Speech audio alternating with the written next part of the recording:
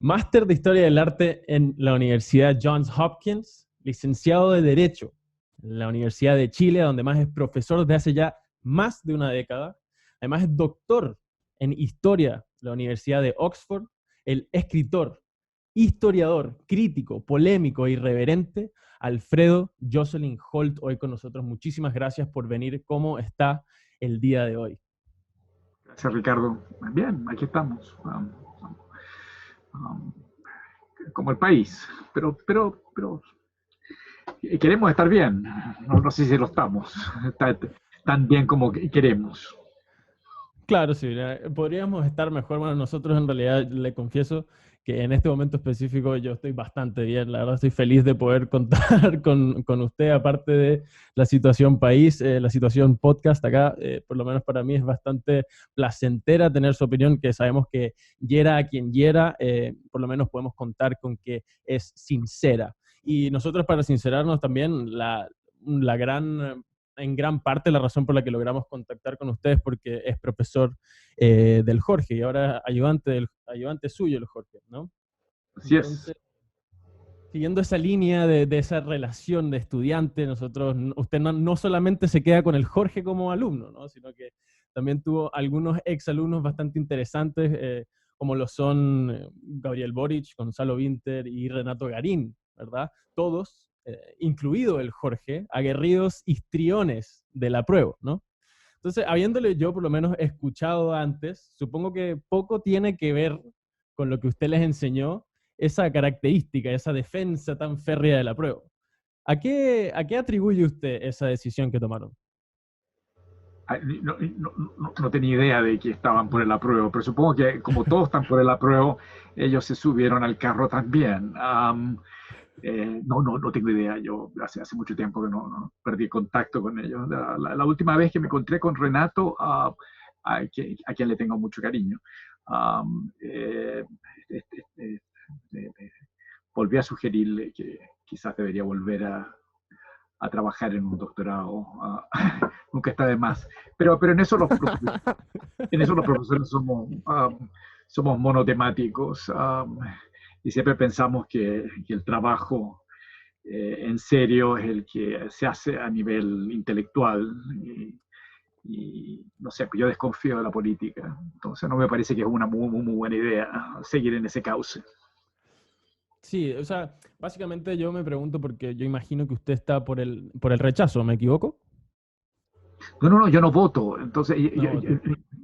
yo no voto. Vale, Pero supongo que si votara, me inclinaría más por el rechazo, sí, claramente. claro. Entonces me hubiera... Con la particularidad de que, ¿cómo se llama?, de que yo nunca he estado a favor de esta constitución de 1980, pero las consecuencias de hacer una nueva constitución me preocupan Claro, gravemente. porque o sea, yo me hubiera imaginado o quería escuchar un poco cómo usted pensaría o por qué usted pensaría que alguien podría defender férreamente el apruebo, ¿verdad? Pero me imagino entonces que, bueno, usted dice que no es partidario de esta constitución, pero cree que o se opondría a la idea de cambiarla, ¿no? Pero hablamos hace poco con Cristóbal Rovira, también un escritor bastante interesante, que nos dice que en su mente en su registro de opiniones escasea bastante la lógica detrás de cómo el rechazo va a traer estabilidad a Chile. Entonces a mí me gustaría saber usted si primero estaría de acuerdo con la noción de que el rechazo traería estabilidad a Chile y si tuviera que describirlo con una línea de tiempo que iniciase ese 25 de octubre con la victoria de un rechazo, ¿cómo podría eso traerle estabilidad a Chile por sobre el apruebo, ¿no? A mí me parece que el escenario desde el 18 de octubre en adelante quedó en evidencia que hay una especie de amenaza. Esta amenaza a veces se transforma en una extorsión, y esta amenaza pone en jaque cualquiera posibilidad de estabilidad. Ciertamente que no hay estabilidad. Hasta ese momento existía una especie de empate, y había un empate en un país que está dividido hace mucho tiempo, es decir, yo creo que desde los años 60, dividido mitad y mitad, y había que quebrar ese empate, y el 18 de octubre puede ser un intento de quebrarlo. pero el empate, a pesar de todos los inconvenientes, y yo creo que es muy pernicioso un empate tan prolongado en el tiempo, nadie ganando, sino que tratando de convivir y cada vez peor. El querer, el empate, a pesar de todas esas inconvenientes y elementos, y es que es muy negativo, sí proporciona algún grado de estabilidad. Y en Chile tiene una tendencia hacia la estabilidad. Tuvimos una dictadura que duró 16 años en un continente que las dictaduras duran muy poco tiempo. Los gobiernos civiles han durado bastante tiempo. Entonces, es curioso. Hay un respeto hacia la institucionalidad muy fuerte en la tradición chilena, lo cual puede ser utilizado por una dictadura como por gobiernos civiles. Sin embargo, yo creo que lo que se vio el 18 de octubre solamente tendría como equivalente el golpe de Estado del 73, guardando las diferencias, porque son muy distintos. Pero sí, es un jaque, no un jaque mate, pero es un jaque a la estabilidad, por cierto.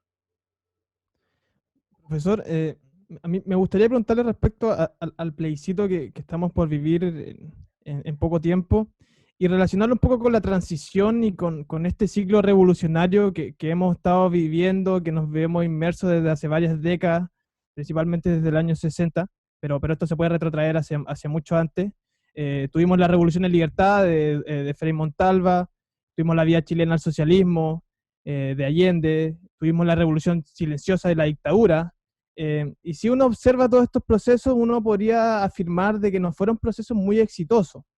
Eh, Algunos tuvieron luces, otros tuvieron sombras, como todo proceso.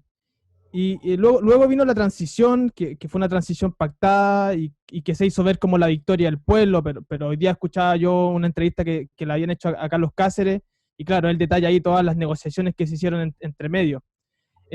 A mí me gustaría preguntarle, este plebiscito, dentro de este marco revolucionario que nos encontramos desde hace un tiempo, ¿dónde se encuentra? ¿Dónde estamos ahora en este último periodo de la historia de Chile? ¿Seguimos en un periodo revolucionario y este plebiscito sería una revolución más de las que hemos tenido? ¿O más bien es la continuación de la transición que aún no se ha terminado? Sí, es una pregunta y muy complicada porque el plebiscito está marcado por una incertidumbre muy fuerte.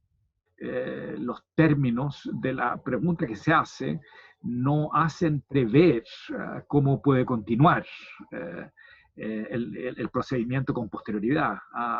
Hay una falta de letra chica que no se ha negociado incluso hasta ahora, y eso se supone que producto de que la decisión del plebiscito se tomó, ¿no es cierto?, con mucha urgencia, en las tempranas horas de la madrugada, el 15 de noviembre, etcétera, etcétera, y han dado a entender, ¿no es cierto?, que si no se hacía este acuerdo, poco menos que se entraba en una situación caótica, o con la posibilidad de un golpe de Estado o lo que sea. Entonces, hay mucha nebulosa en torno al plebiscito y las consecuencias. Hay una falta de definición, lo cual es bastante extraño, porque los plebiscitos en general, en su historia, son un mecanismo que utilizan preferentemente gobiernos altamente dictatoriales. Quien inventó los plebiscitos a nivel más moderno fueron los Bonaparte. Fue Napoleón en su momento, primero, y después fue el sobrino, Napoleón III. Y esos gobiernos, por lo tanto, cuando hacen un plebiscito, se aseguran muy claramente cuáles son los efectos. Lo más cercano a un plebiscito en esos términos es lo que hizo la dictadura en el 88, que aun cuando a primera vista la dictadura perdió el 88, a la larga, y por lo que tú decías, Jorge, bueno, al parecer, ¿cómo se llama? Hubo un empate. Lo complicado del plebiscito del 88 es que terminó un empate. Hacia primera vista ganó el no, pero eso dio lugar a una transición pactada debido a que el voto del sí fue muy alto. Y por lo tanto era una situación bastante complicada en ese sentido. Entonces se quedaron con una sensación de frustración enorme. Ganó la gente, pero eso fue muy claramente un slogan publicitario de una campaña publicitaria por televisión muy exitosa y muy bien planeada y muy exitosa, pero que no tuvo un efecto político tan extraordinario detrás. Se tuvieron que hacer concesiones.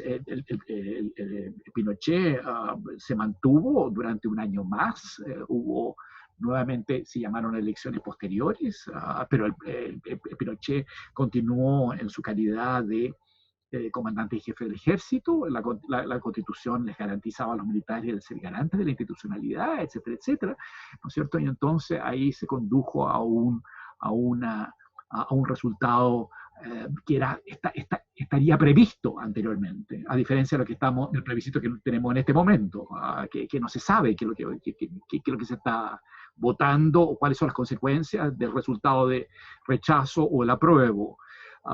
O incluso Claro. si, si las diferencias entre uno y otro, ¿no es cierto?, darían lugar quizás a una situación de más tipo empate. El empate no tiene que ser técnico, no tiene que ser photo finish, no tiene que ser un voto más o un voto menos. No, los empates pueden tener un cierto margen, pero a mí me parece que eso es lo complicado. Ahí hay Sí. complicaciones muy fuertes. Hace poco el sábado usted escribió una columna sobre la hoja en blanco y en el fondo usted da a entender que sí existe la posibilidad de que todo parta de cero. En el fondo los fenómenos revolucionarios se tratan de eso, de destruir el orden anterior. Y uno podría objetarle a esa opinión, por ejemplo, eh, y esto lo hablábamos el otro día, que quizás la tradición no se rompe tan fácil. Que quizás, por ejemplo, hay algunos constitucionalistas que dicen que la tradición constitucional de Chile legalista no va a morir el 25 de octubre y que probablemente la comisión técnica de abogados constitucionalistas que se va a componer en ese plebiscito va a incorporar la segunda vuelta, el Tribunal Constitucional, cosas que ya vienen de la tradición anterior.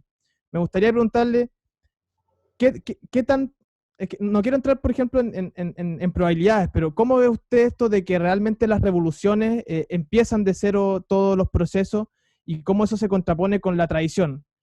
¿Cuál es esa diferencia, esa dicotomía? A ver, yo estoy de acuerdo que hay tradiciones, pero dentro de nuestra propia tradición hay una tradición revolucionaria también.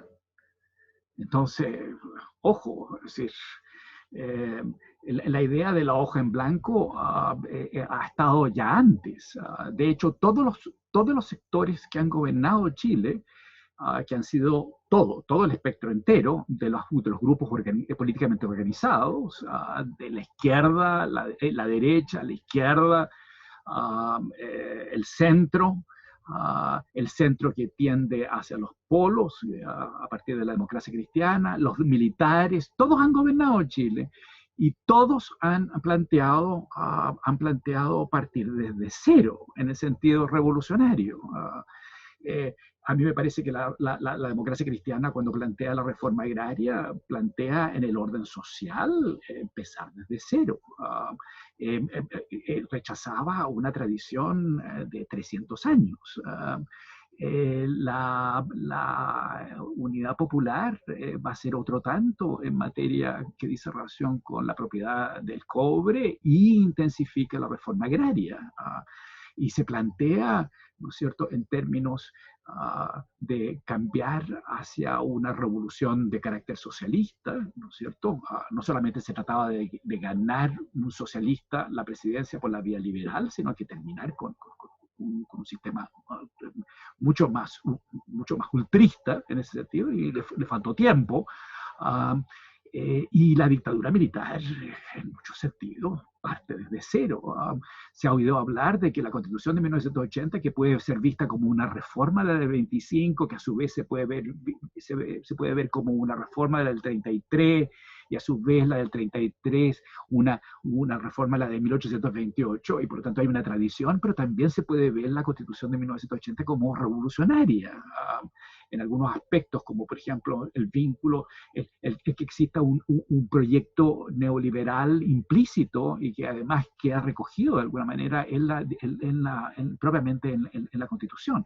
Por lo tanto, si existe esa tradición, yo no veo por qué no podría, ¿no es cierto?, invocarse también. No existe una sola tradición, existen contradicciones, tradiciones en contradicción una con la otra, lo cual lleva a sostener de que tenemos una crisis política institucional que de tan larga data. En este momento nos estamos remontando a los años 60, pero podríamos remontarnos incluso más atrás, al año 24 y 25, el fin del parlamentarismo, con Arturo Alessandri y los militares. Y por lo tanto ahí, ¿no es cierto?, como el siglo XX intenta cortar y partir desde cero y marcar distancias con el siglo XIX, no tan distinto a lo que ocurre en Europa, ¿no es cierto?, con respecto también al siglo XIX, en las actitudes de la izquierda, por ejemplo, a los bolcheviques en Rusia, los fascistas en el centro de Europa, en Italia, en España, etcétera, etcétera, en Francia, etcétera, etcétera. Todos estos fenómenos están ocurriendo en Europa o vienen a ocurrir en la década del 20 y el 30, ¿no es cierto?, en América Latina y en Chile en particular. Además, contribuye eso a una crisis económica de enorme trascendencia. Están todas las condiciones para empezar desde cero.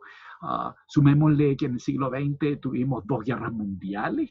Somos expertos en empezar desde cero, ya sea por la vía bélica o por la vía revolucionaria o por la vía de las consecuencias de grandes crisis económicas. Perfectamente se puede empezar desde cero. Y eso ya está en nuestro ADN, eso ya está en nuestro registro, en nuestro ROM y RAM, en nuestro historial y demás. Claro. Por lo tanto, no es nada novedoso.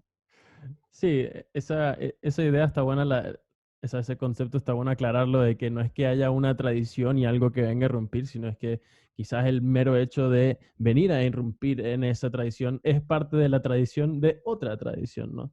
Y algo que también se está haciendo ver como una tradición, hablando de ellas, es esta tendencia anti-fuerzas armadas, fuerzas de seguridad nacional, anti-carabineros, no solamente en Chile, sino que también en Estados Unidos, ¿no? Acá, por ejemplo, con todas estas marchas y cuando estuvo, por supuesto, el momento específico, el 18 de octubre y las marchas subsecuentes, hubo una muy fuerte y muy intensa pasión por reducir, por hacer ver menores, hacer ver mal o pintar en una mala luz a lo que sería carabineros, ¿no?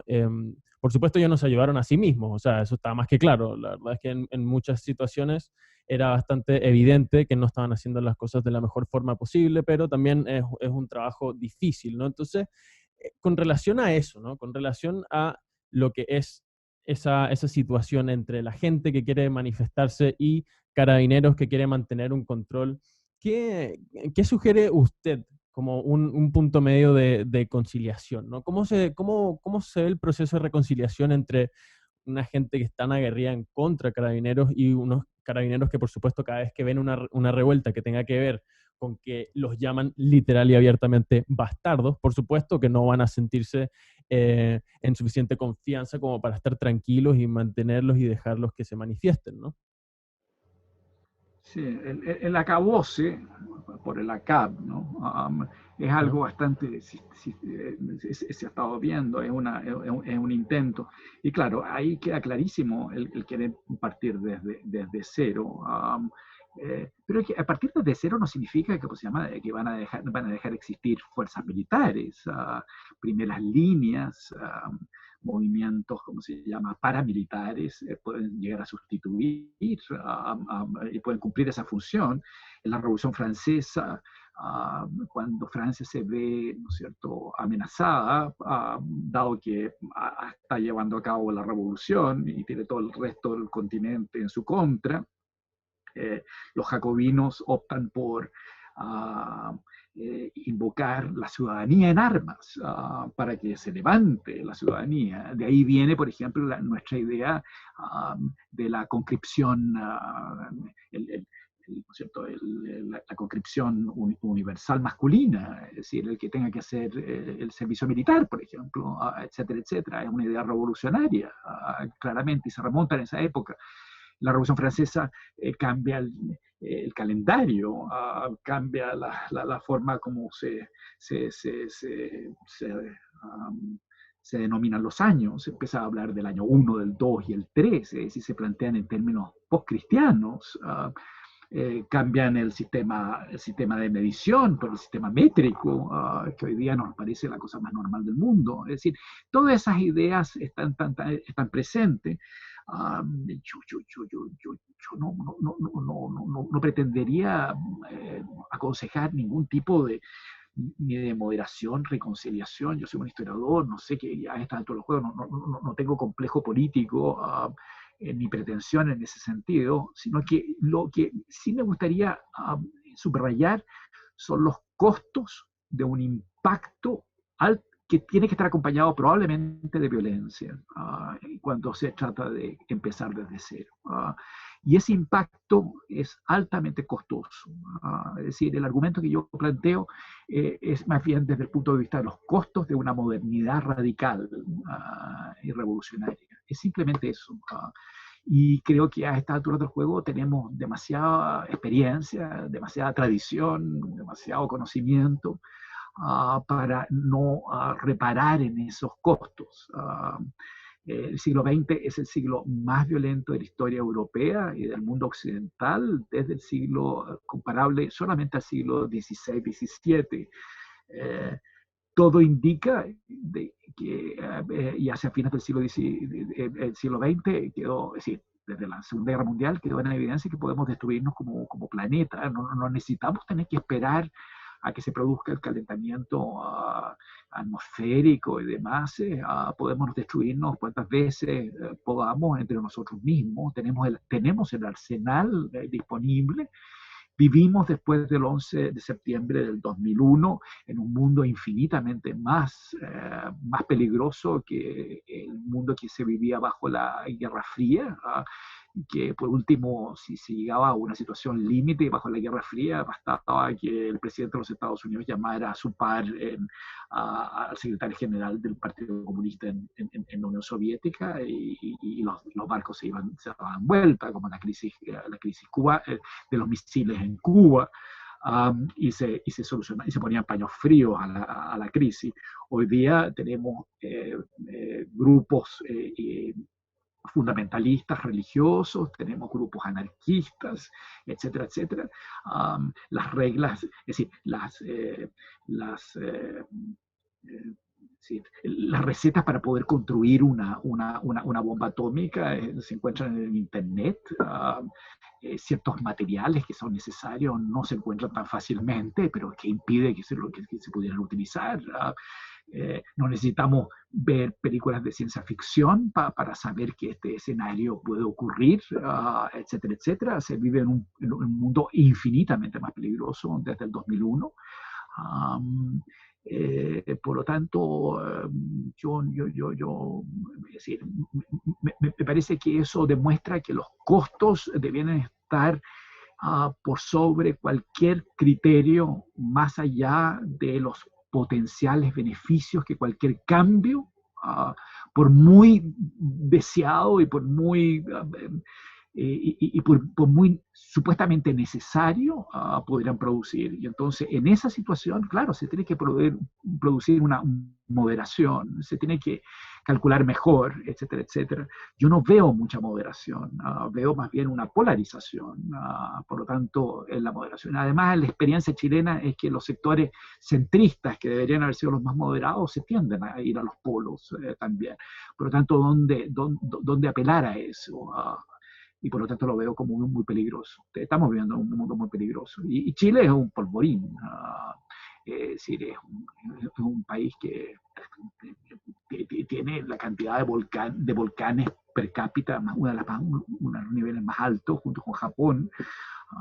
Y por eso, y en alguna medida eso se agrega a grupos aparentemente mayoritarios o muy protagónicos, pueden que no sean mayoritarios, radicalizan su discurso. Eso lo vemos en las redes sociales y lo vemos, ¿no es cierto?, en estas manifestaciones gigantescas. ¿Cuántos han visto, cómo se llama, manifestaciones de 1 millón y tanto de gente, cómo se llama, en las calles? Y no una vez, sino que por lo menos 2 veces. Y yo no sé, uno pone ese tipo de números en un recinto y es altamente peligroso. Los niños se caen de los puentes, la gente lo pasa a llevar, los policías no tienen toda la buena puntería que deberían tener, o resulta que tienen muy buena puntería y entonces sacan ojos y transforman, ¿no es cierto?, a muchos chilenos ¿no es cierto?, ¿no es cierto?, en víctimas, y el victimismo, ¿no es cierto?, acentúa esto, y esto no tiene vuelta atrás, etcétera, etcétera. No. Profesor, Es un país incontrolable en ese sentido. Muy interesante esa idea del progreso, la modernidad, y los costos y los beneficios. Esa idea es realmente interesante, y yo la quería relacionar principalmente con el tema de la crisis del liberalismo. La tesis o sea, el liberalismo o el capitalismo liberal ha estado durante mucho tiempo puesto en entredicho, prácticamente casi durante todo el siglo XX. El comunismo, la Revolución de Octubre, el fascismo, el nazismo.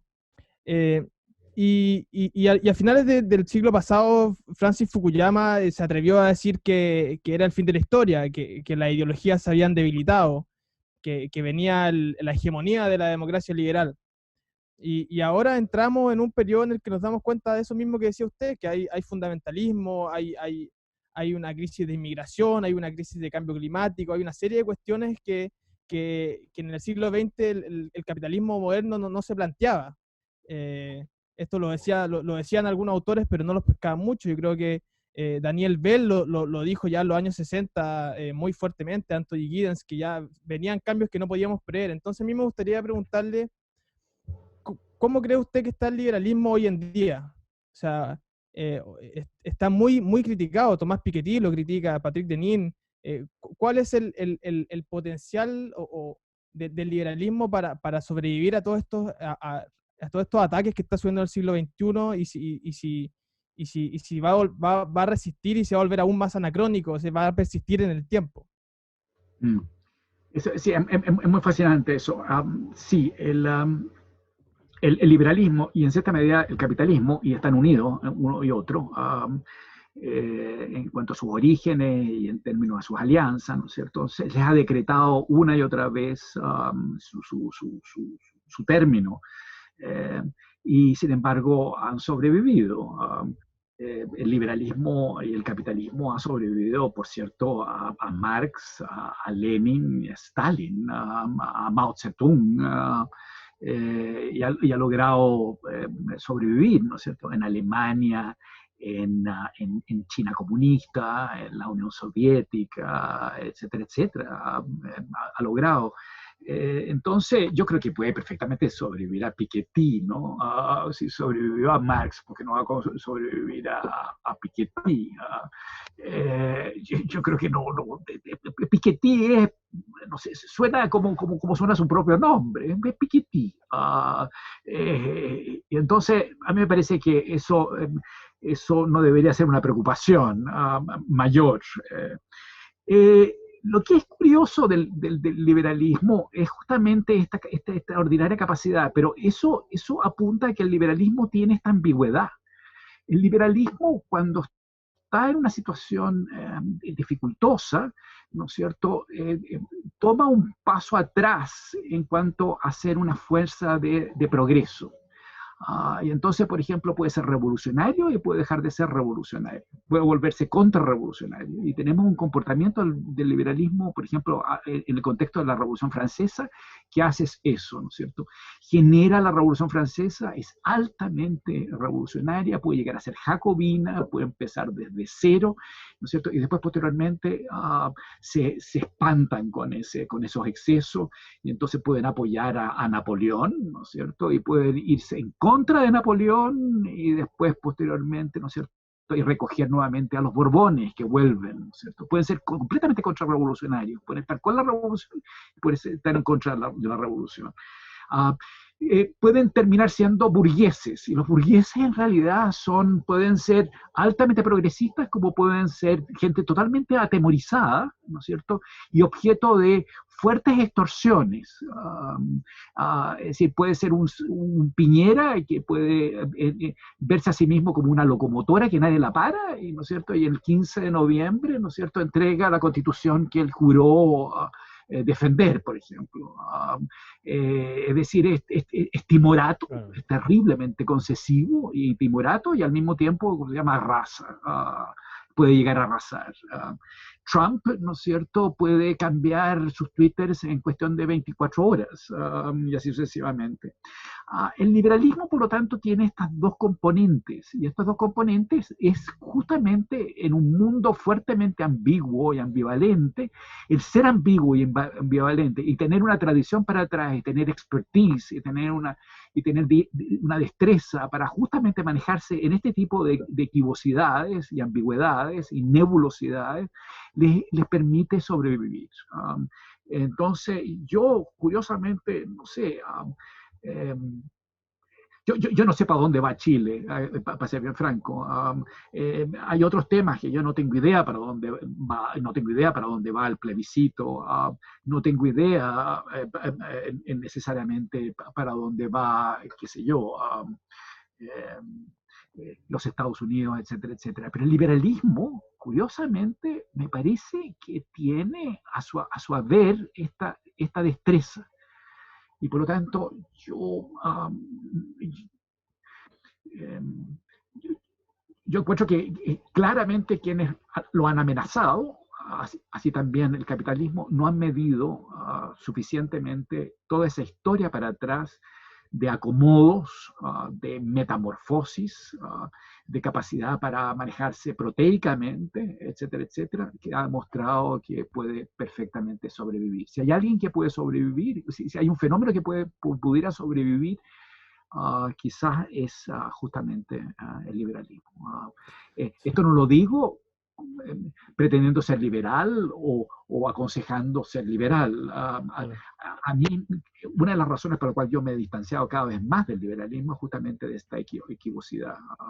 Yo sostengo que uno está en paz consigo mismo mucho mejor si uno tiene convicciones. Y me parece que el liberalismo tiene pocas convicciones en ese sentido.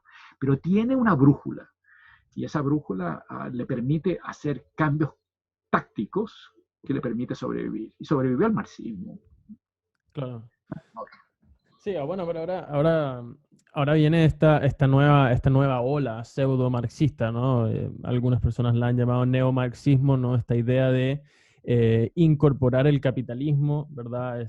Esto que, por supuesto, es un sistema económico que ha sido el que ha demostrado ser el líder en sacar personas de la pobreza, en generar riquezas, ¿verdad?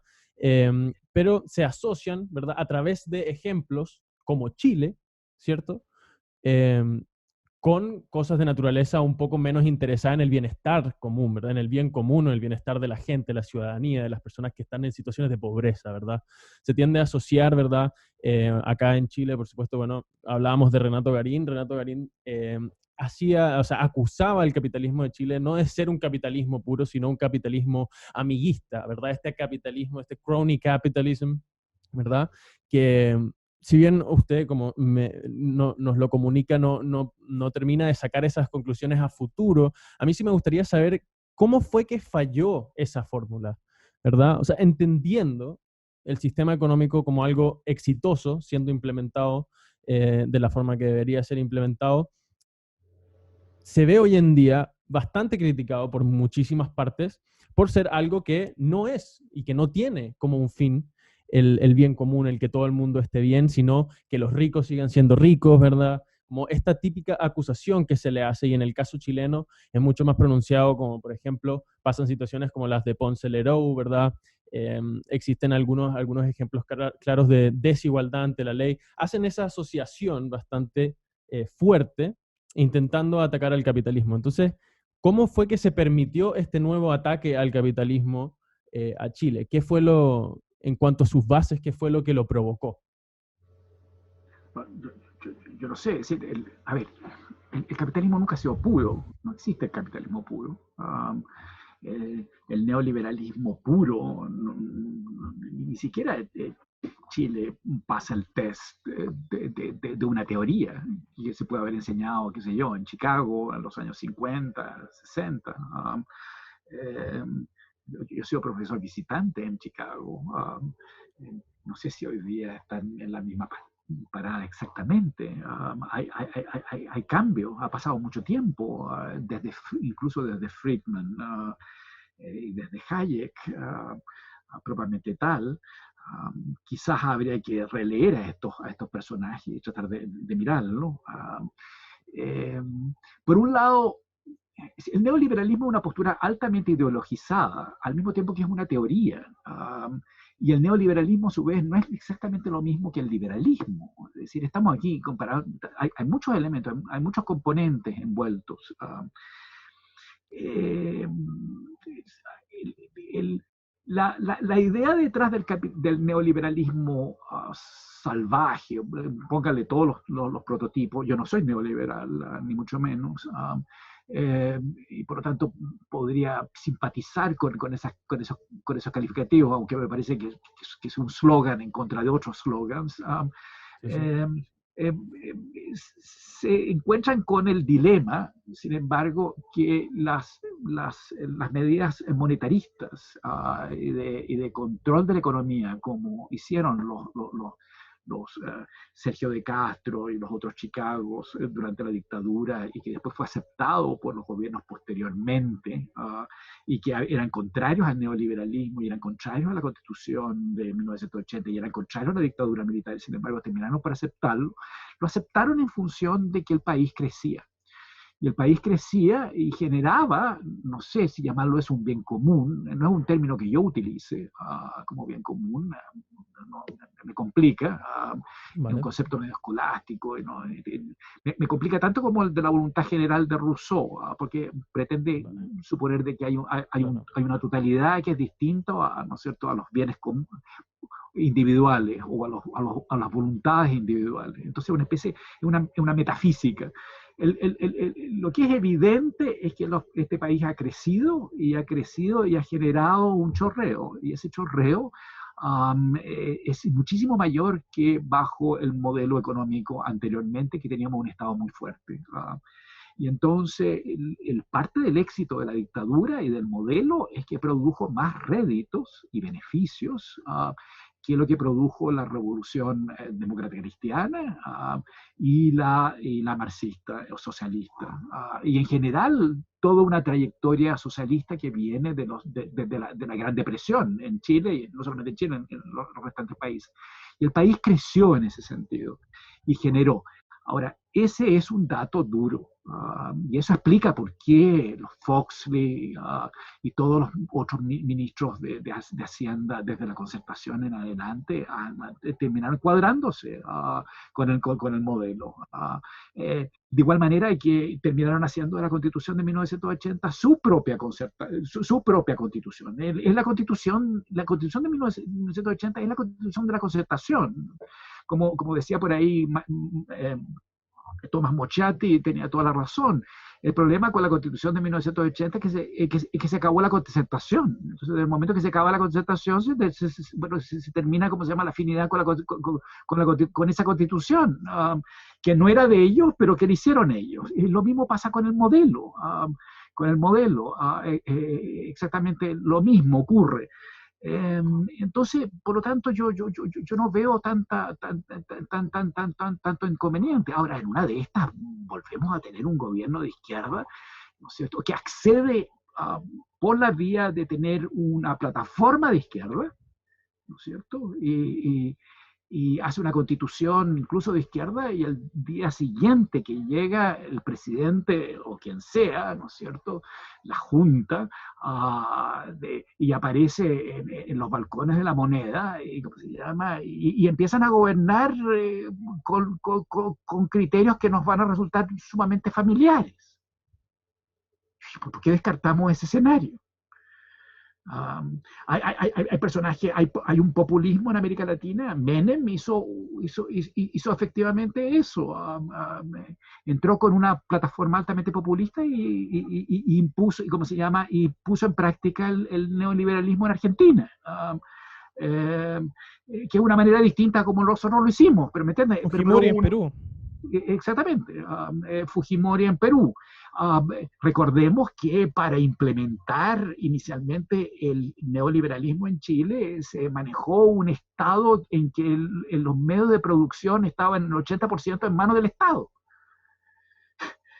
Es decir, veamos, para iniciar el neoliberalismo se tuvo que tener un manejo de la economía en la cual la economía se manejaba en un 80% desde Corfo y el Ministerio de Hacienda. Eso fue lo que manejó, qué sé yo, Jorge Caguas, y después que manejó Sergio de Castro, y entraron a privatizar, pero ¿cómo se llama? Pero manejaron una economía socialista para posibilitar una economía neoliberal. Súmenle a eso de que no tenían, ¿cómo se llama?, un congreso, porque lo eliminaron, los partidos políticos también, y ¿cómo se llama?, entraron a controlar la prensa, ¿no es cierto?, a la gente que no les gustaba, ¿no es cierto?, los expulsaban del país, a otros los secuestraban, y a otros, ¿cómo se llama?, los estrangulaban, y generaban un régimen de terror. Eso fue la dictadura fue eso. Eso supuso el Estado más fuerte en toda la historia de Chile, la dictadura. Y sin embargo, ¿no es cierto?, tenía un propósito de reducir el poder y la esfera del Estado. Es decir, ¿qué impide que algo similar pueda ocurrir? Al revés. En Chile. Yo eso claro, lo veo. Eso es justamente la incertidumbre que se genera. Y si nos manejamos puramente en slogans, me parece que entendemos menos. Si nos manejamos puramente en términos ideológicos, de un bando o de otro, entendemos menos. Y entonces ahí tratemos de ver qué es lo que ha ocurrido en este país históricamente. Y ahí el asunto queda bastante más claro. Y una vez que vemos qué es lo que ha ocurrido en el país y en el mundo desde hace 40, 50 o lo que sea, o incluso más allá, más atrás, nos vamos a dar cuenta que cualquier margen de movimiento que tenga cualquier cambio es bastante más limitado de lo que uno cree.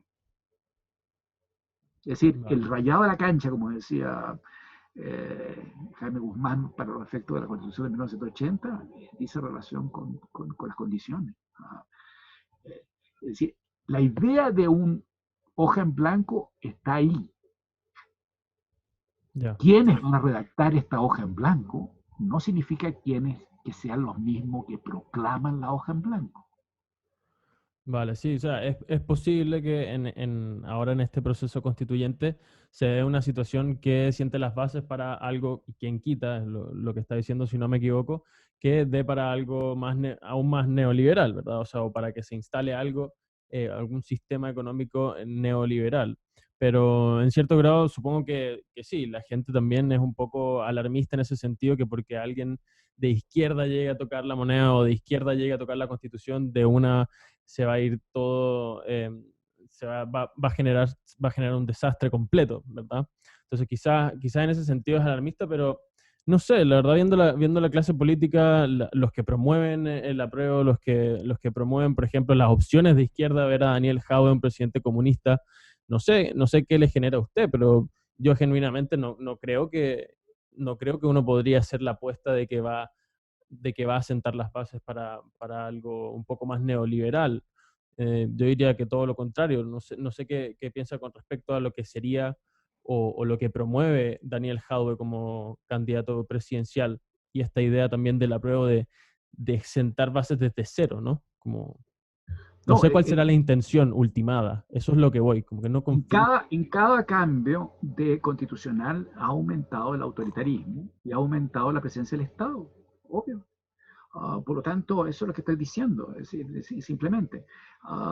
Y cuando dije, ¿cómo se llama?, de que el neoliberalismo requirió de un Estado fuerte para, para reducir el tamaño del Estado, pero no su riqueza. La operación de reducir el tamaño del Estado significó que el Estado se volvió más rico. Y eso fue Vale. el neoliberalismo.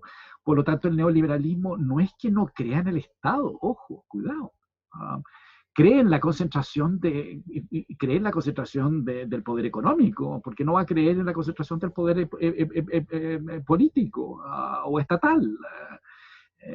El neoliberalismo chileno nace de un ejercicio autoritario del poder por parte de una dictadura militar.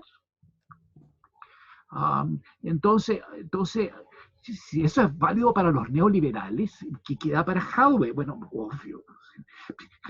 Es decir, lo sorprendente es que los neoliberales hayan sido tan estatistas. Eso es lo que estoy sosteniendo. Jadwe me da lo mismo, porque Jadwe, sabemos, si Jadwe es un estatócrata, ¿me entiendes? Sabemos lo que puede hacer Jadwe. Cuando tenemos a gente como se llama, como los frente amplistas o como estas nuevas generaciones que tienen un majamama en la cabeza, simplemente, bueno, ese es el problema. Eso es más incierto. Las nuevas generaciones, ¿para qué hablar de Jadwe? Hablemos de las nuevas generaciones que vienen, la generación de ustedes mismos. ¿Es predecible esta nueva generación? Yo no me atrevería a decir que soy predecible, para nada. Vale. Profesor, Yo supongo que ustedes tampoco creen que es No, predecible. para nada. yo Cada vez menos. quería meterme, antes de entrar en ese tema de la decadencia de nuestra generación, que yo estoy totalmente de acuerdo, quería meterme en el tema del concepto de democracia. Luego de los años 80, cuando muchos países en Sudamérica empezaron a entrar en regímenes democráticos, empezó a haber una hipertrofia de literatura respecto a la democracia. Tenemos la democracia limitada de Buchanan, tenemos la democracia radical de Ernesto Laclau, tenemos un sinfín de democracia y de conceptos de democracia. Pero a mí me gustaría saber su reflexión sobre el concepto de democracia, principalmente porque encuentro muy interesante qué piensa usted respecto a esto, teniendo en cuenta que usted es alguien que ve la historia desde la elite, desde un grupo dirigente desde arriba, es decir, que choca con la idea de la soberanía popular y de la idea del retorno al pueblo. ¿Cuál sería ahí su reflexión respecto a qué significa la democracia? Bueno, es la postura de los liberales del siglo XIX, de gente como Alexis de Tocqueville, Constant y demás, y más atrás del mundo antiguo también, del mundo antiguo, que tenía una actitud muy crítica de la democracia. Consideraba que era un sistema viciado. Nadie promovía la democracia. Era como las repúblicas podrían degenerar en anarquía. El mismo Jefferson, que es probablemente la figura más democrática en la independencia de los Estados Unidos, claramente la postura más democrática, rara vez usa el término democracia, y él funda un partido político que se llama republicano, no de democracia. Es decir, era un término que había que utilizar con mucho cuidado. Justamente por lo que tú decías, por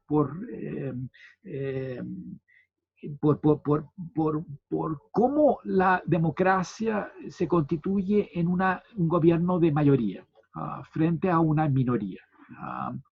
Ese es el gran problema que se plantea en el siglo XIX. Ese es el gran problema que tiene Madison y cuando trata, ¿no es cierto?, de convencer a su aliado político, que es Jefferson.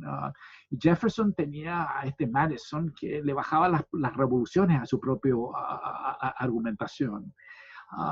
Y Madison, por ejemplo, consideraba de que tenía que ordenarse un sistema político de tal manera que las distintas facciones pudieran neutralizarse unas con otras. De igual manera que Montesquieu sostenía de que los distintos poderes deberían equilibrarse unos con otros y neutralizarse y establecer un régimen de frustraciones mutuas.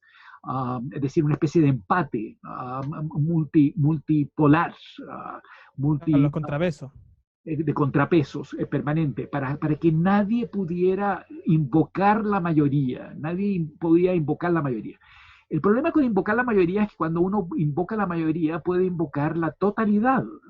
Yo siempre le digo, Jorge, ¿sabes? Este argumento, el presidente de la República o la presidenta, cuando es elegida al día siguiente de su, ¿no es cierto?, de su juramento, entra con un 54%, ¿no es cierto?, a la moneda y le gana, ¿no es cierto?, a sus contendores y gana con una mayoría. Pero Michelle Bachelet o Sebastián Piñera se transforman en el presidente de todos los chilenos desde el momento que juran.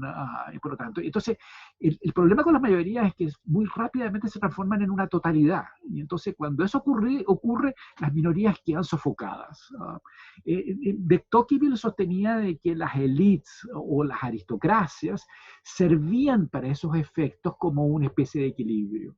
Y si dejaban de haber, como se llama, élites o minorías o aristocracias, y él utilizaba el término aristocracia, se corría el riesgo de que se podría llegar al despotismo. Es decir, las democracias es la antesala del despotismo. Eso tiene asidero histórico en el siglo XX, eso es Hitler, que llega, ¿no es cierto?, a ser el Führer, ¿no es cierto?, y funda el Tercer Reich a través de las elecciones, a través de las elecciones. Fidel Castro no necesitaba hacer elecciones para saber, la mayoría de la gente en Cuba habría votado a favor de Fidel Castro. No era necesario hacer una votación. Si eso es válido para Fidel Castro, yo creo que era válido también para Augusto Pinochet Ugarte. Augusto Pinochet Ugarte gozó de mayoría, porque, o si no, ¿cómo se explica que haya durado 16 años? Y que en el plebiscito del 88 haya obtenido 44%, que terminó siendo un empate y que finalmente terminó ganando el plebiscito en cuanto a cómo administrar las consecuencias de ese plebiscito en adelante.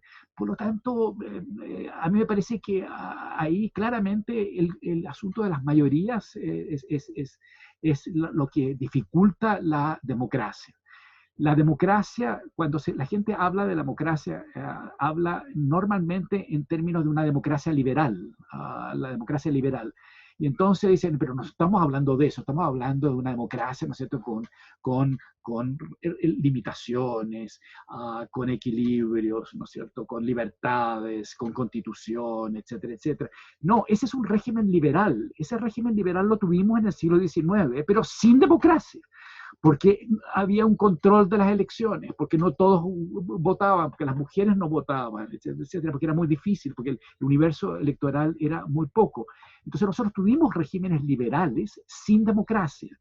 Y lo que hoy día llaman una democracia liberal, en realidad lo que están hablando es fundamentalmente de un régimen estrictamente liberal, que podría funcionar con una mayoría como podría no funcionar con una mayoría.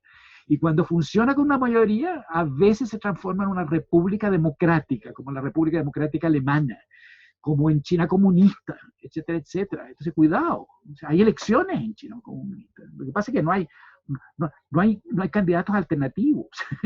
o si hay candidatos alternativos, son nombrados por el mismo partido comunista. Ojo. Claro, no hay más de un partido al final. Claro, esos escenarios pueden perfectamente ocurrir y han ocurrido. Esos escenarios ocurren en Venezuela, en el chavismo. El peronismo es un movimiento mayoritario y por lo tanto todos los presidentes que logran sobrevivir más tiempo, ¿no es cierto?, con excepción del último, de derecha, todos vienen del justicialismo, del peronismo, son todos peronistas, claro. Pero hay versiones de derecha, de izquierda y de centro peronista. Sí, pero peronista. Claro. Entonces, ojo, sí. Lo que me llama la atención del plebiscito es este sentido democrático. todos están por el apruebo, todos estamos, ¿no es cierto?, en la plaza Baquedano, o en la plaza, ya no se habla de la plaza, de ¿cómo se llamaba? Dignidad. Ya no se habla de la plaza Dignidad, hemos vuelto a hablar de la plaza Italia, es una cosa muy rara.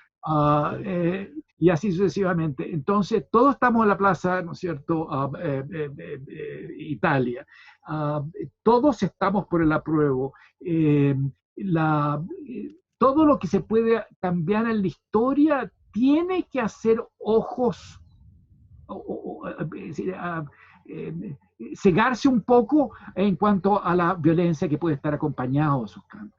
A mí lo que me pasa con eso, o sea, entiendo esa idea de que no necesariamente esto es democracia, sino es como un sistema estrictamente liberal en ese sentido, pero hoy en día la gente compra por mayor, apenas le mencionan democracia, o sea, no hay nada, no hay ningún proceso de raciocinio detrás de qué es lo que significa un sistema que sea genuinamente democrático, no hay ninguna duda, no hay ninguna pregunta si es que tiene que haber algo que cambie un poco el término democracia, si queremos una representativa, queremos algo un poco más de democracia directa, sino que simplemente quien sea que se ponga esa camiseta de la democracia, lo fichan de una y dicen, yo estoy con él porque yo quiero más democracia, porque siento que quiero que me escuchen a mí, pero yo me pregunto si eso realmente funciona, o sea, estamos insatisfechos. Funciona perfectamente, funciona en el fútbol. Si la gente realmente en Chile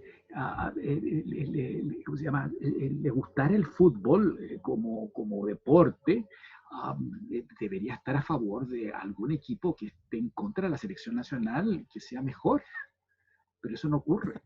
Claro, El claro. efecto dominó se produce automáticamente.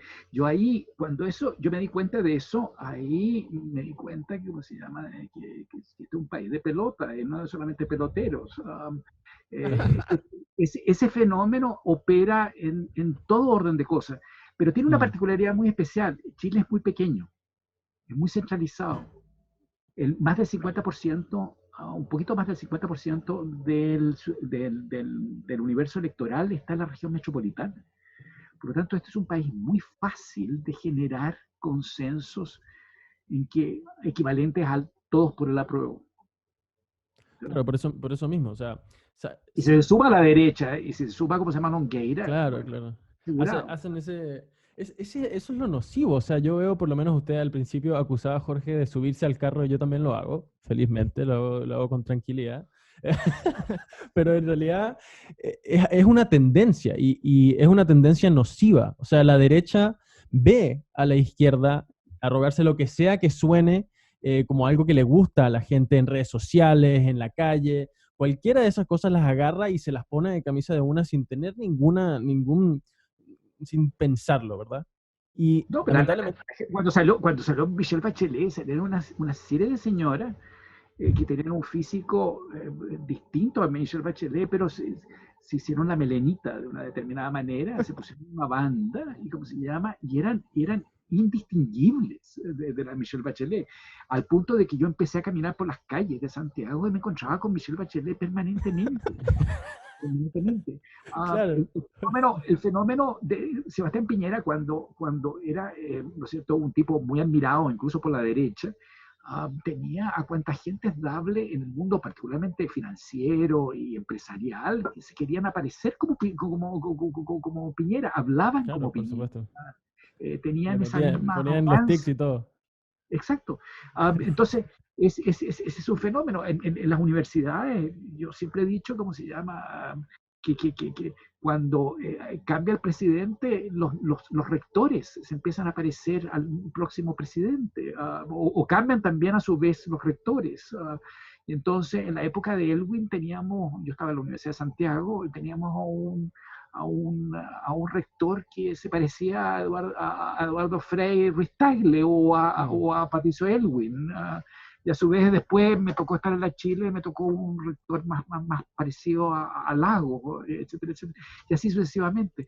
Sí. Hay un efecto de demostración y de repetición de los fenómenos en que hace que este un país sea muy mimético. Por eso que Joaquín Lavín, ¿no es cierto?, es un Selig, es un personaje, ¿no es cierto?, que es un pulpo mimético, puede disfrazarse de 24 maneras distintas y es la persona que tiene más alto rating en las encuestas en este momento. Incluso, Sí.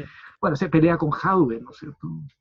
Profesor, hablando sobre estas características de nuestra clase política que está muy desprestigiada, yo creo que con razón, em, en su libro, El Chile Perplejo, en el epílogo, siempre hay algo que yo leo y me causa mucha curiosidad saber su opinión sobre eso, porque usted escribe que uno de los problemas de Chile es que siempre nos planteamos en términos épicos. Siempre nos vemos como estando protagonizando una película, así como siempre creemos que estamos en una hazaña y que vamos hacia algún lugar y no nos contentamos con lo que somos, sino con lo que queremos ser. Y en ese sentido, me gustaría hacer su reflexión respecto a ese mensaje que usted escribió, pero en el año 98, y ahora aplicándolo a la actualidad. Aún seguimos con esa sensación de querer llegar a algo, de que el pasado, no, somos reacios al pasado, somos reacios a la tradición, siempre queremos avanzar, incluso queremos avanzar sin transar. ¿Cómo es su reflexión respecto a ese sentimiento de los chilenos de querer siempre llegar a algún lugar? Estamos estancados, ¿no? Entonces no llegamos a ningún lugar, porque nos repetimos en este mismo baile. La Gabriela Mistral decía, todos íbamos a ser reinas. ¿Me entiendes? Y estaba hablando de unas niñitas, y se incluía de que no llegaron a ser reinas. Solamente ella llegó a ser un premio Nobel, porque en realidad ella sí que se destacaba, las restantes no. Para llegar a producir a alguien como la Gabriela Mistral cuesta muchísimo. Pero ella tenía esta idea, porque era media demócrata cristiana, y creía que todos iban a ser reinas, igual que ella, cuestión que no ocurrió. La idea épica, ¿no es cierto?, viene de nuestra historia, ¿no es cierto?, guerrera entre españoles y mapuches, pero ese cuento está estancado hace tanto tiempo, ¿no es cierto? Nadie gana y nadie pierde por esa vía. Eso me parece que está entonces, sí, es muy contradictorio, es muy contradictorio. Y esto tiene que ver porque vemos el elemento triunfalista que está envuelto. Y eso es producto de una sensación de que les ha ido muy mal. Entonces apostar por algo que puede ser mejor, ¿no es cierto?, es gratis, es absolutamente gratis. Ese punto. No se ven los costos, no se ven los costos.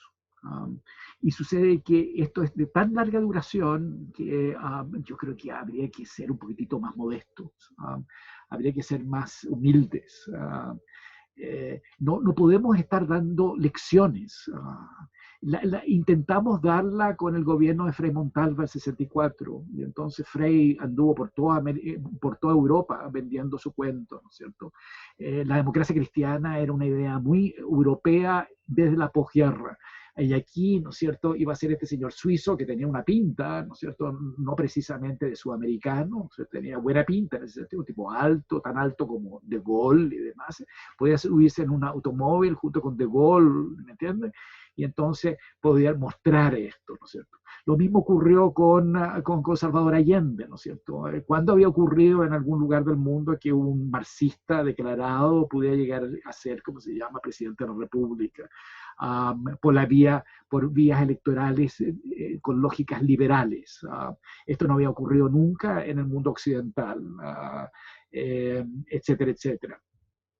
Lo mismo se intentó con la dictadura militar, en la medida de que iba a poner fin, ¿no es cierto?, a la amenaza y al cáncer marxista, y también que nos iba a sacar de la pobreza, cosa que en parte ocurrió, ojo, y eso explica por qué la dictadura militar, ¿no es cierto?, le fue bien. en parte, y así sucesivamente. Entonces, todos estos intentos épicos de dictar cátedra en un rincón, ¿no es cierto?, del mundo y en un país chico, históricamente pobre, bastante insignificante, para ser bien franco, pero es el lugar donde nosotros vivimos, después de todo, y algunos tenemos un compromiso enorme. Yo tengo un compromiso con la historia de este país, mi familia, distintas ramas de mi familia vienen de muy, muy atrás, y por lo tanto la siento muy mío como tal, pero es insignificante, al final de cuentas. Y entonces ahí me parece que hay una pretensión. Hay una pretensión. Claro. Y entonces el efecto que eso produce es que se guatea muy fácilmente. Esa es una posibilidad que ocurra con el plebiscito, que esto muy rápidamente descorazone a mucha gente. Es muy interesante que hay algunas personas que son más ultristas, están, en el último tiempo yo he notado que son más cautos, en el sentido de que no esperan mucho de los resultados. Piensan ser traicionados una vez más. El lema, una nueva constitución o nada, es mucho más inclinado al nada que a una nueva constitución. Las constituciones defraudan muy fácilmente y muy rápidamente. Por lo tanto, si uno pone las alternativas o una nueva constitución o nada, siempre se va a equilibrar a favor del nada. En un intercambio, en una conversación que tuvieron en la Universidad de Santiago, Sofía Correa, mi señora, historiadora, y Julio Pinto, muy amigo nuestro y demás. Julio, tengo entendido que sostenido, que yo no vi el intercambio, pero le llamó la atención a la Sofía y me lo dijo, que Julio Pinto había dicho de que la gente más revolucionaria, la gente más de izquierda, y Julio Pinto era una persona muy de izquierda, pero muy, muy de izquierda, le planteaban de que uno se llama, de que no esperaban mucho al plebiscito, y que incluso algunos estaban pensando en no votar, porque en realidad no creen mucho en las votaciones tampoco. Entonces, ese escenario yo creo que es particularmente más que posible. Extraordinario. Sí, ¿no? Sí, claro, o sea, pensar que alguien tan férreo de izquierda no se ilusionaría con una oportunidad de reescribir a través de su voto, ¿verdad? Deja un poco claro, o sea, levanta más preguntas sobre su escepticismo, o sea, ¿de dónde viene el escepticismo que trae? Julio cree en los cambios por vía, ¿cómo se llama?, electoral y demás. Vale. Llamando. Él estaba asombrado con gente con la cual él tiene afinidad. Claro, pero no iría a votar, por ejemplo. No, estaba pensando en no votar. No. Él estaba hablando de gente que era tan de izquierda como él, o más de izquierda, que estaban dispuestos a no ir a votar. Y a él le parecía eso insólito. Extraordinario, ¿no? Eso no. Entonces, ojo, no, yo creo que aquí todo puede ocurrir. Todo puede ocurrir. Una de las razones por la cual yo objeto, yo inicié aquí, les dije, yo he sido contrario a la Constitución desde el plebiscito de 1980. Yo me encontraba en Chile y fui a votar y voté que no. En contra de la Constitución de 1980. De hecho, no fui a votar en 1988 porque me parecía que ese plebiscito terminaba por legitimar a la Constitución de 1980, que es lo que resultó. Terminó justificando, legitimando la Constitución de 1980. Yo no voté. Tenía una postura que era equivalente a la postura del Partido Comunista inicialmente, que llamó a no votar, y después, al final, antes del plebiscito, se sumó. Pero yo me mantuve fiel a esa postura. Y eso se debe, todos los cambios que se producen con las constituciones han generado escenarios más autoritarios, en que hay una mayor participación y tutela del ejército, de las Fuerzas Armadas, Y dos, hay un Estado más fuerte y hay una concentración de poder en el aparato estatal, administrativo y en la presidencia de la República. Por lo tanto, todo indica que con esta constitución algo similar va a ocurrir.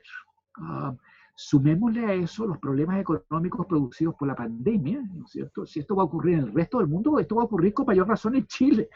Y va a quedar consagrado en una carta constitucional. Y entonces, ¿cuál es la alternativa? Bueno, la alternativa que se fue desechada, porque va a ganar el apruebo, obviamente. La alternativa era seguir modificando y reformando la constitución que teníamos, modificándola, reformándola. Un poco en el modelo del siglo XIX, que es lo que ocurrió, en que no hubo cambio de constitución desde la Constitución de 1833 hasta 1925, duró casi 100 años. Sin embargo, no es la misma Constitución en esos 100 años. Y eso es lo que yo estaba dispuesto, pero opiniones como la mía en esa materia no valen nada, ¿no? Sí, de hecho, respecto a ese mismo argumento, yo no soy tampoco un ferviente votante de la PRO, creo que soy bien escéptico respecto a lo que pueda suceder, pero en ese sentido soy mucho más progresista que usted. Pero el otro día escuchaba al profesor Carlos Peña cuando discutía en una conversación con Lucía Santa Cruz, que había organizado la Universidad de Valparaíso. Y claro, el profesor Peña le decía a Lucía Santa Cruz, yo entiendo que probablemente el apruebo puede significar algo peor de lo que tenemos ahora. Eso que dice usted de que aumente el poder del Estado y que probablemente venga algo peor. Pero él le decía, si gana el rechazo, también dado que la institucionalidad no está siendo un canal de discusión, es decir, que las instituciones no son tomadas en cuenta, las normas en general, este proceso de la anomia, eso también va a generar una pugna entre el Estado, que se va a hacer más fuerte, y la calle, que también se va a hacer más fuerte. Entonces, al final, si gana el rechazo, uno tampoco asegura que no venga esa pugna fuerte y más violenta y autoritaria entre un Estado que va a reclamar para sí el monopolio de la violencia porque no puede establecer el orden público, y una calle que va a estar en llamas en contra del Estado. Entonces, al final, si tenemos esa visión un poco pesimista, que yo la comprendo, de los dos lados puede venir algo peor, ¿no? A ver, lo que hace Carlos Peña cuando habla en esos términos, está hablando en términos tácticos y está hablando en términos de especulación, estrictamente. Es un poco como la gente cuando sostiene de que en realidad yo debería comprar boletos de la lotería porque puedo ganar más plata, más rápido, y existe cierta posibilidad de que yo gane, en vez de yo llevar una vida, ¿no es cierto?, de trabajo constante y permanente y habitual, etcétera, etcétera. Es decir, entonces ha puesto todas mis fichas, ¿no es cierto?, en el último boleto de lotería. Yo también podría pensar de que puede haber un fast track mucho más fácil, más rápido y más exitoso, volviéndome rico si yo empiezo por ejemplo, a llevar, me convierto en bandolero y, ¿cómo se llama? Y me convierto en ladrón, ¿no es cierto? Y por eso puedo terminar siendo muy rico, y si soy hábil y puedo llegar incluso hasta la presidencia de la República. Los pillos llegan a la presidencia de la República, ¿no es cierto? Y me puede ir muy bien. Siempre al filo de la legalidad. Pero bueno, me contrato a buenos abogados, me sacan de los embrollos correspondientes. Podría ser. Entonces, a mí me parece que es un mal argumento que utiliza Peña en esos casos. Los efectos de incertidumbre son tan altos en el apruebo como en el rechazo. En segundo lugar, y eso lo debería saber Carlos Peña, en que cuando hay una revolución de expectativas que se genera cuando el mismo modelo de modernización genera buenas condiciones, ahí se generan desequilibrios.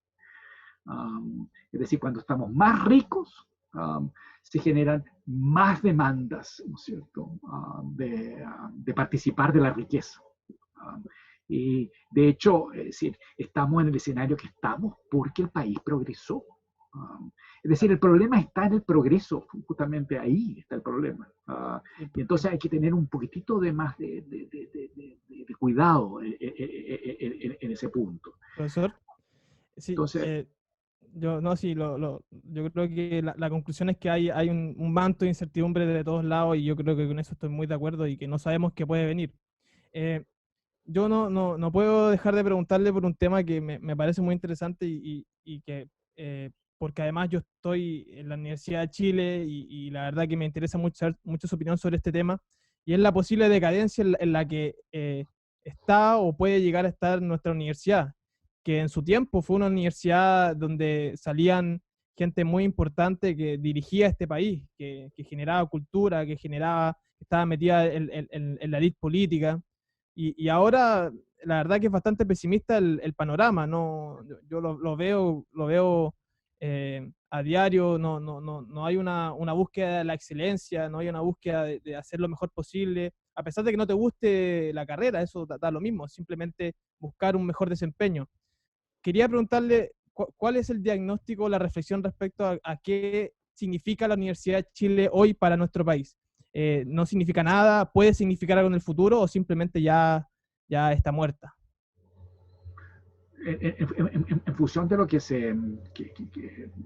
las razones por las cuales se fundó la Universidad de Chile en el siglo XIX, yo creo que está muy desnaturalizada, degenerada, y quizás muerta. La idea misma no creo que esté muerta, pero la institución no se rige por esa idea. La institución de la Universidad de Chile se planteó inicialmente como una universidad nacional, y una universidad que requería, ¿no es cierto?, reunir a su gente más talentosa, y, y en función de su pluralidad y sus diferencias, ¿no es cierto?, dirimir sus diferencias a nivel intelectual. En ese sentido, la Universidad de Chile tiene un paralelo con esa otra gran institución, son las dos principales instituciones, que es el Congreso Nacional, el Parlamento en el siglo XIX. Las dos grandes creaciones del siglo XIX son el Parlamento y la Universidad de Chile, y las dos pretenden canalizar el conflicto que puede generarse por tener visiones distintas en un mundo cada vez más moderno. Y entonces van a ser de política práctica y de partidos políticos en el Congreso, y en la Universidad de Chile de cosmovisiones culturales y de visiones de mundo que son distintas. En el siglo XIX, por ejemplo, habían diferencias con respecto al rol de la Iglesia. No era incluso cambiar a este país a un país que dejara de ser católico, sino que cuál era el rol de la Iglesia católica en cuanto a poder. Entonces, los conflictos entre Iglesia y Estado. Y eso se dirimían al interior de esta institución que es la Universidad de Chile. Esa idea es una idea nacional, es decir, de que hay pluralidad de visiones, pero que tiene que estar esta pluralidad debe estar albergada dentro de un mismo techo en la cual se dirimen estas diferencias, porque de lo contrario, ese conflicto va a generar tensiones y movilizaciones callejeras y vamos a tener guerras civiles, francamente, es decir, fuera de estos recintos. Eso fue lo que se propuso. Hoy día eso no está rigiendo en la Universidad de Chile. Y eso escribí un libro, La Escuela Tomada, tú que lo conoces bien, ¿no es cierto?, que justamente quería demostrar eso precisamente. Hoy día lo que se plantea es una universidad que está en la trinchera del progresismo.